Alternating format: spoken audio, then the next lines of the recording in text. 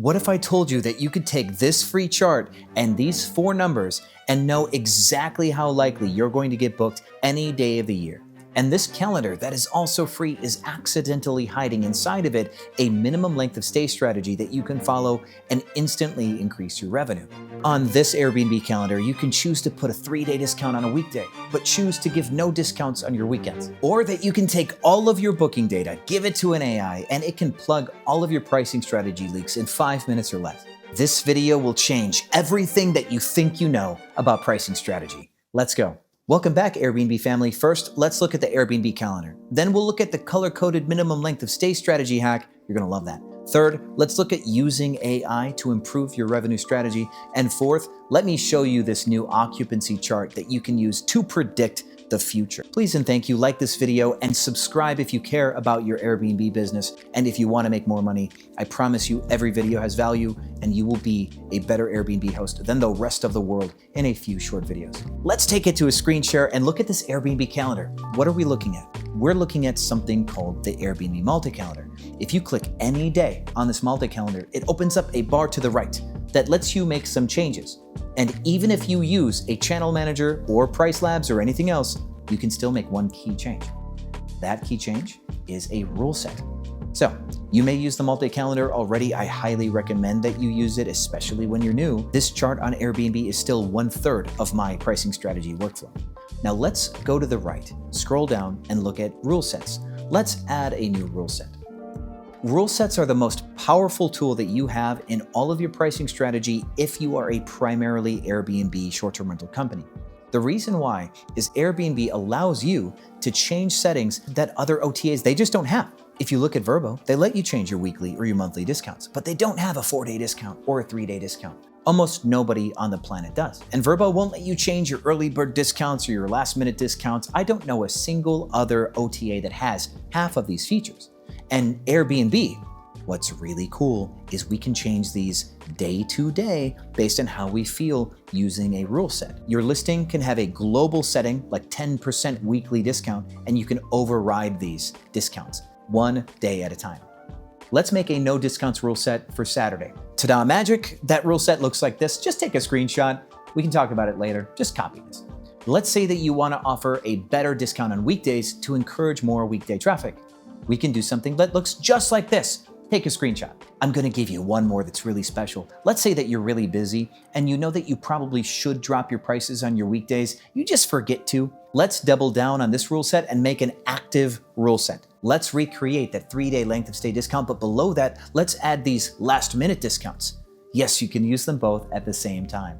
We call this a drive down rule set. Save it as drive down, and I like to save the specifics because you might have more than one of these. So save the level of discounts in the title just to help you stay organized. I have about a dozen rule sets that apply in very specific scenarios for different reasons. If you'd like to learn about those rule sets, contact my team. There's a link down below to schedule a call. And maybe working with me on rule sets is gonna be something on your bingo card for 2026. But let's move on to this color-coded calendar and the secret length of stay hack that is hiding inside of it.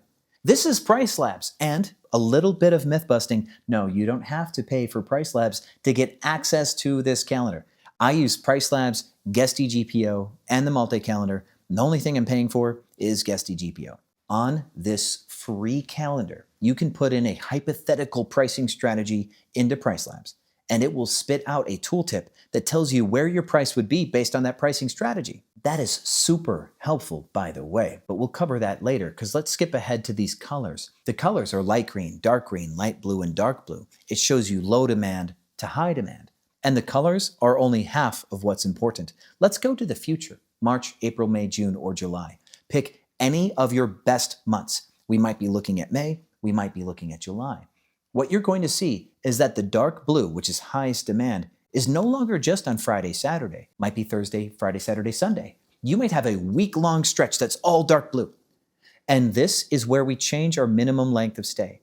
If you have a 5-day run of dark blue, your minimum length of stay should be 4 days. If you have a 2-day run of dark blue, then a 3-day minimum length of stay is sufficient and might even still be a little too restrictive depending on how much lead time you have left to get booked. If you see 7 or more dark blue days in a row, you should research why, and you may find yourself using a 5-day minimum length of stay. The concept here is there's often two very popular days in this whole big run, and people are coming for a reason, but they're deciding to extend their stay. And you want one of those customers, one of the longer stay ones. And if these days by chance follow the regular physics of short-term rentals, which you may know this, is that weekends are the popular days and the weekdays are only worth as much as the weekends they are associated with, then this pattern makes sense, doesn't it? That the weekdays being worth as much as its associated weekends are why the weekdays are dark blue. So our biggest risk on the calendar is to have a Thursday, Friday, Saturday booking and then have dark blue Monday, Tuesday, Wednesday. Because now that those Monday, Tuesdays, and Wednesdays are open and the Thursday next to it is not, that Wednesday is no longer worth what PriceLabs thinks it's worth. And to read between the lines, what I just told you is in your peakest of peak seasons, you can go for both occupancy and ADR in your restrictions. Because in peak season, you have all the power. Never forget that. Take it from minimum length of stays to no unbooked days. Every single year, I host a webinar on the Airbnb algorithm, and it's coming up this week. It's coming fast. You don't want to miss it. I will teach you everything that Airbnb does not want you to know about the algorithm, so that way you can maximize your listing's performance, and that way you don't have to compete on price. If this webinar gets you one more booked day this year, it will pay for itself, and I guarantee results this year from Realgorithm. It's our 4th annual, and it's going to be the best it's ever been because I have found a way to go viral on Airbnb, and I'm going to tell you exactly how to accomplish that, so that way, even if you're not a guest favorites or superhost, you can still get more bookings than your neighbors who are guest favorites or superhost. There's a link down below. It's in the corners. Here's the link to follow. Don't miss Realgorithm. This live webinar, I'll even be answering your questions about your listing and the algorithm. I'll see you there, December 10th at 5 p.m. And if you can't make it, don't worry. You can just get the ticket and we will send you the recording. You won't want to miss this value. Let's get back to the video. All right, Airbnb family, let's crack open Chat GPT. You can use Claude, you can use anybody. You can do it with any AI because this is child's play for a supercomputer. I'm a boomer, so I use Chat GPT. Don't unsubscribe for that. I want you to follow along. If you're curious enough to do this, follow this link on the screen. And I'm also going to have ChatGPT make a QR code right here so you can get right to your Airbnb payouts and then go to your past payouts in your transaction history and make a CSV file of all of your past payouts. If you have a diverse portfolio, I recommend chopping this up into relevant properties. Give all of the beach houses to ChatGPT in a CSV file, or give all of your apartments to ChatGPT in a CSV file because you want it to chew on data that's all apples, not apples and oranges. You'll confuse the thing. But now, friends, this gets really, really fun. Now that ChatGPT can see all of your past data, what it can see is your average length of stay. It can tell you what days are your most popular check-ins. It can tell you how often you had a Tuesday booked versus how often you did not. Your occupancy may be 85%, for example, and you think that's good.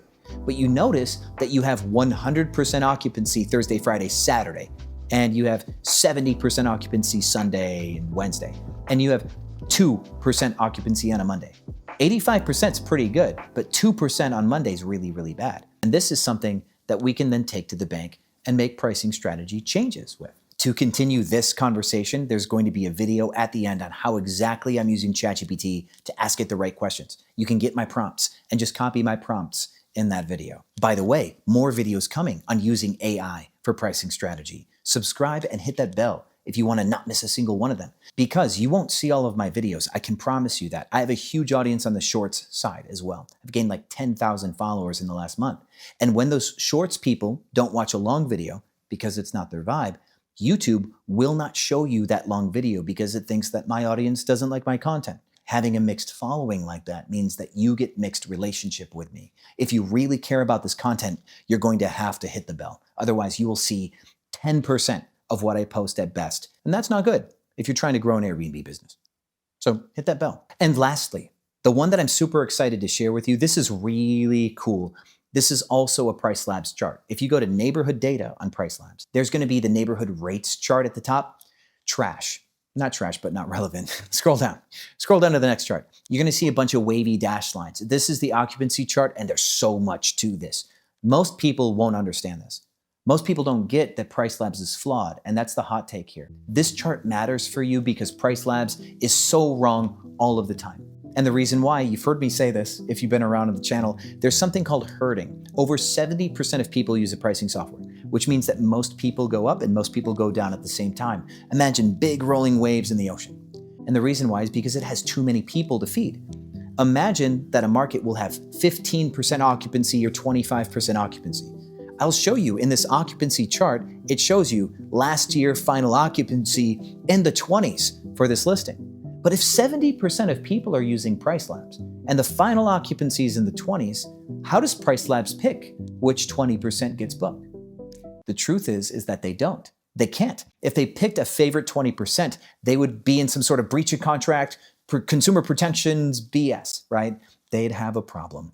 And so because they treat everybody equally, it is our job to understand where PriceLabs ends and where our job begins, where pricing strategy begins. This occupancy chart, whenever you see a really, really high occupancy or you see a really low occupancy, I want you to imagine that it is outside the average band of PriceLabs' range of efficacy. We'll talk like that, range of efficacy. PriceLabs may be accurate in your market between 60% and 84% occupancy. And in that hypothetical range, anything over 84%, you could actually make more money. They're not raising your rates enough. But under 60%, you're highly unlikely to get booked unless you're like the most premium of properties in the market because PriceLabs isn't going to move enough. So if you take this chart, look way, way into the future and notice where those drops in the future are, you can then deviate your prices proactively to try to make sure that you get booked. I use this chart and Airbnb rule sets and combine them for a super strategy that I've been teaching my students for the last couple of weeks, and it slaps. It's so good. But it's for cracking Superhost only. There's a link down below to talk to my team. But it's not rocket science. Now, what you can do, I promised you the 4 numbers and predicting future occupancy. This is really, really cool. What you're going to notice for a hypothetical future day is it will say last year final is X, let's say 80%. And it says last year today is 30%. And it says that occupancy today is 25%. And it has a red down arrow saying that today is less occupied than last year. And here's how this flow goes. If today was 30% occupancy last year, but only 25% this year, then we have 5/6 of the occupancy compared to last year, which means our final occupancy should be 5/6 of last year. And last year's occupancy was 80%, so we divide that by 6 times 5. And that puts us just under 70% occupancy, I believe. But the last factor we look at is pickup rate. We have this number. We know that the final occupancy this year could be more or less based on whether or not today is stronger or worse than last year. But then the booking velocity down below will let us know if that changes. So for example, if we had better numbers this year than last year, but then booking velocity starts to go down, we might start to regress back to whatever the final was last year and know that we'll come in at the same number. This is kind of like navigating a ship into harbor. It is both slow and it has a lot of instruments. Over time, you can develop a relationship to these instruments and know exactly what your projected occupancy for your market is 3 months or 6 months out. And to know that allows you to determine if you want to be aggressive on price, if you want to be generous on price, if you want to have a big minimum length of stay, if you want to start to wheel and deal. Occupancy governs everything because Airbnb's algorithm has something called a shuffle. If you want to learn about the algorithm and what the shuffle means for you, watch this video next. If you want to learn more about how to use ChatGPT to run your pricing strategy, watch this video next. Thanks as usual, my friends, and I will see you on the other side.